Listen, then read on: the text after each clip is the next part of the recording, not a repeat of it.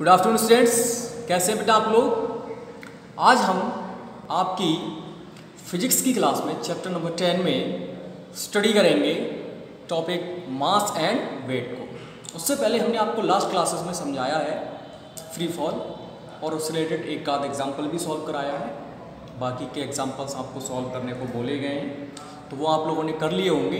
अगर नहीं किए हैं तो कर लीजिएगा और समझ नहीं आ रहे हैं तो पूछ लीजिएगा, ठीक है।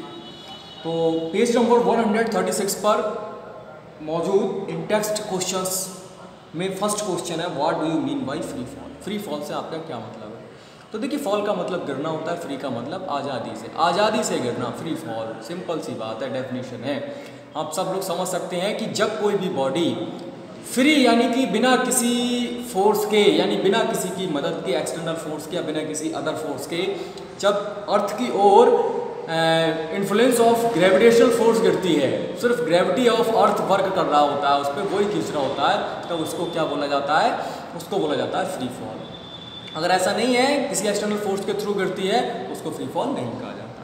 क्वेश्चन नंबर 2 है इसमें, what do you mean by acceleration due to gravity. Acceleration due to gravity से क्या मतलब है?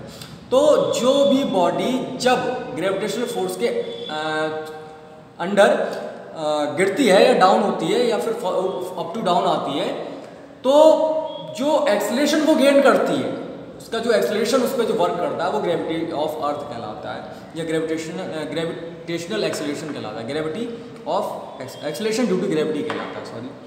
चलिए, ये टॉपिक आप पिछले लास्ट वीडियो से भी कंप्लीट कर सकते हैं, हालांकि मैंने थोड़ा सा डिटेल में हिंट दे दिए। अब हम लोग नेक्स्ट अपने टॉपिक पे आते हैं। टॉपिक है हमारा मास, ठीक। इसमें मैं आपको बोलूँगा तो आप लोग हेडिंग डालिएगा, क्योंकि आज थोड़ी सी बारिश की वजह से मौसम ऐसा ही है और लाइट सफिशिएंट नहीं है, तो बोर्ड से आपको दिखना थोड़ा ज़्यादा पॉसिबल नहीं होगा, इसलिए मैं ज़्यादा से ज़्यादा कोशिश करूँगा कि आपको ओरली बोल दूँ। तो मास में आप लोग नोट कीजिएगा, फर्स्ट पॉइंट लिखिएगा, it is the measure of inertia of an object. Mass जो होता है एक ऑब्जेक्ट की इनर्शिया को मीज़र करता है। It is the measure of inertia of an.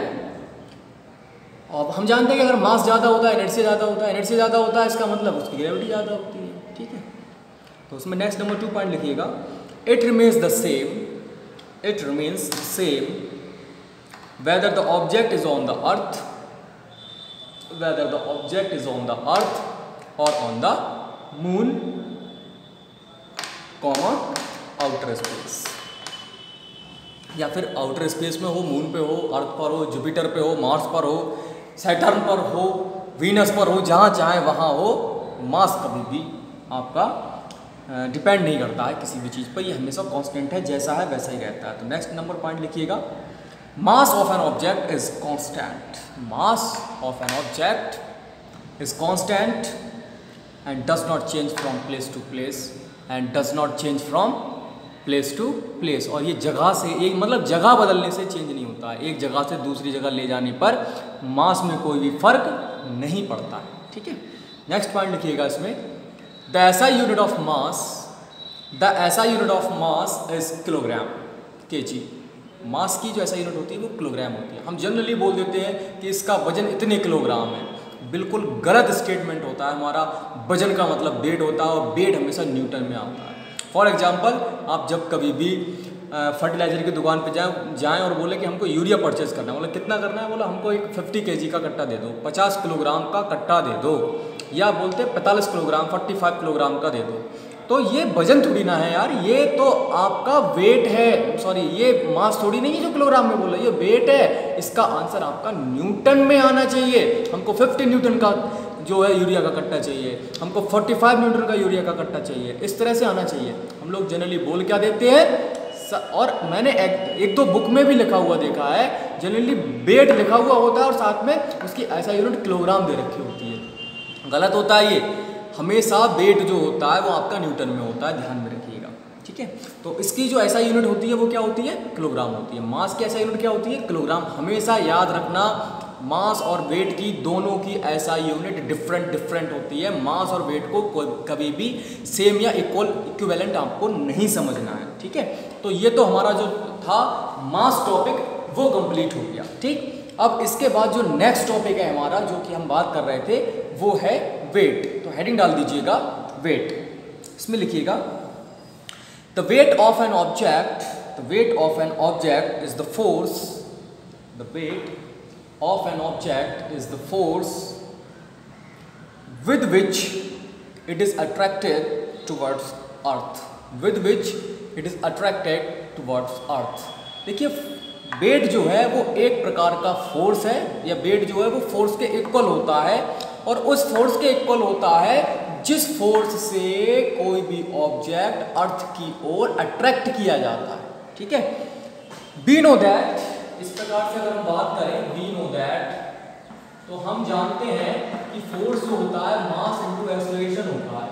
अब ये एक्सेलरेशन कौन सा है? ये तो आपका लीनियर एक्सेलरेशन है, बट हम जो बात कर रहे हैं वो एक्सेलरेशन ड्यू टू ग्रेविटी की बात करेंगे, क्योंकि ड्यू टू ग्रेविटी वाला एक्सेलरेशन ही अपनी ओर किसी भी ऑब्जेक्ट को खींचेगा।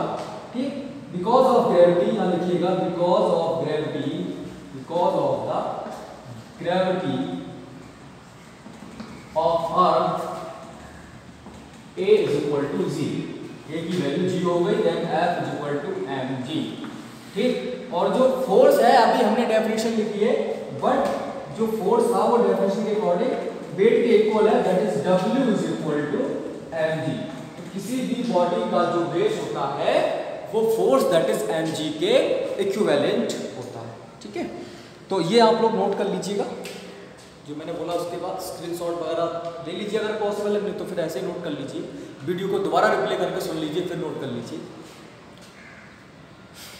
चलिए, इसके बाद नेक्स्ट इसमें पॉइंट लिखिएगा, मोस्ट इंपॉर्टेंट पॉइंट है आपका, the SI unit of weight, the SI unit of weight is equal to the SI unit of force is equal to newton, is equal to newton, या फिर is equal to kilogram per metre second square. ठीक है, kilogram per metre second square, ये भी आपकी किसकी है? Wait की ही एसआई यूनिट होती है। तो ये आपका टॉपिक आज वेट और इसका मास का कंप्लीट हो गया है।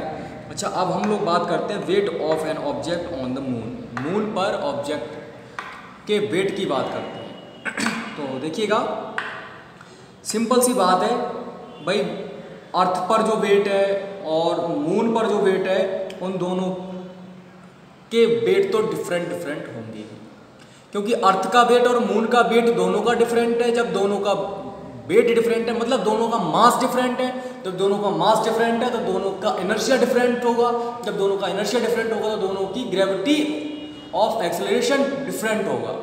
जब दोनों की ग्रेविटी और जी की वैल्यू डिफरेंट होगी तो जी जो होती है वो डिपेंड करती है सीधे सीधे वेट पर, that is W is equal to mg। तो इसका मतलब मास अगर सेम भी होगा तो दोनों पे वेट अलग अलग होगा। फॉर एग्जांपल, अगर आपका वजन यहाँ धरती पर 60 किलोग्राम है तो मून पर केवल 10 किलोग्राम का रह जाएगा, क्योंकि मून की जो ग्रेविटी होती है वो अर्थ की ग्रेविटी की 1/6 होती है। ठीक है, तो ये चीज़ें होती हैं जो कि आपको समझनी है। तो इसमें मैं ज़्यादा कुछ आपको नोट तो नहीं करा रहा हूँ, उस पर अभी कुछ इंपॉर्टेंट पॉइंट्स होंगे वही नोट कराऊंगा। ठीक है, तो हेडिंग डाल दीजिएगा wait of an object on the moon, moon पर किसी भी ऑब्जेक्ट का वेट क्या होता है। मोस्ट इंपॉर्टेंट है बेटा, let n be the mass of an object, ये हेडिंग है वेट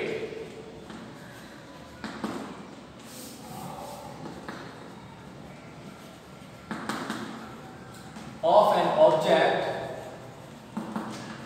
ऑन मून। इसमें नोट कीजिएगा, let m be the mass of an object, of object, of an object, एक ऑब्जेक्ट का मास क्या है? m। ठीक है, देन इसका अर्थ पर क्या वेट होगा? Then it's weight, then its weight on earth, on earth। तो W is equal to F क्या होगा? G mass of earth into mass of object upon radius of earth, that is RE square। Question number 1। ठीक है, ये हो गया W earth। So its weight on moon. Moon पर क्या weight होगा इसका,